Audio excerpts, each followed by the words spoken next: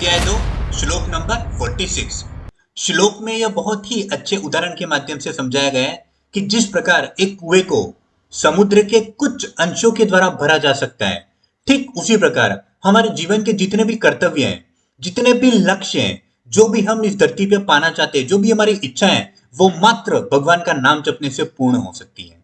जैसा कि हमने पिछले श्लोक में भी बात करी थी कि वेदों में ऐसा कहा गया है कि आपको जो कुछ भी चाहिए, जैसा कि अगर आपको पैसा चाहिए तो आपको लक्ष्मी जी की पूजा करनी पड़ेगी, अगर आपको वर्षा चाहिए तो आपको इंद्रदेव की पूजा करनी पड़ेगी, उनके यज्ञ करने पड़ेंगे।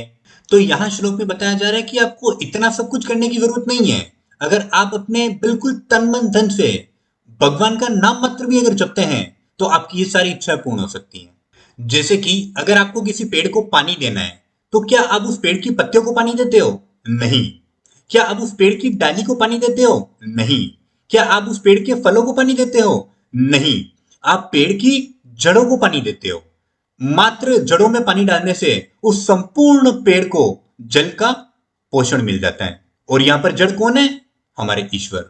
तो कहने का तात्पर्य यह है कि वेदों में जो लिखा हुआ है कि हमें ये पाने के लिए इसकी पूजा करनी चाहिए, ये पाने के लिए ये यज्ञ करना चाहिए, वो एक बार के लिए ठीक है, लेकिन वेदों का जो मुख्य उद्देश्य है हमें उसे नहीं भूलना है। वेदों का जो मेन पर्पज है वो क्या है? भगवान तक पहुंचना। जितने सारे भी ग्रंथ है उन सभी का मुख्य उद्देश्य यही होता है कि आपको किस प्रकार भगवान से कनेक्ट किया जाए और किस प्रकार आपको भगवान तक पहुंचाया जाए। तो हमें उस मेन उद्देश्य को नहीं भूलना है, क्योंकि बिना जड़ में पानी डाले एक पेड़ कभी भी पोषित नहीं हो सकता है। अगर हमारे जीवन में कोई प्रॉब्लम आती है तो कई बार हमें उसका सोल्यूशन ही नहीं मिलता है। कई बार हमें उसके रीजन ही समझ नहीं आता है कि ये हो क्यों रहा है, इसकी जड़ क्या है, इसका कारण क्या है। और जैसे ही हमें उसकी जड़ समझ में आ जाती है वो प्रॉब्लम सॉर्ट आउट हो जाती है।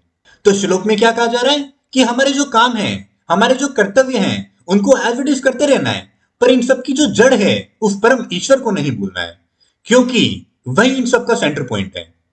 उन्हीं के होने से यह सब कुछ होता है।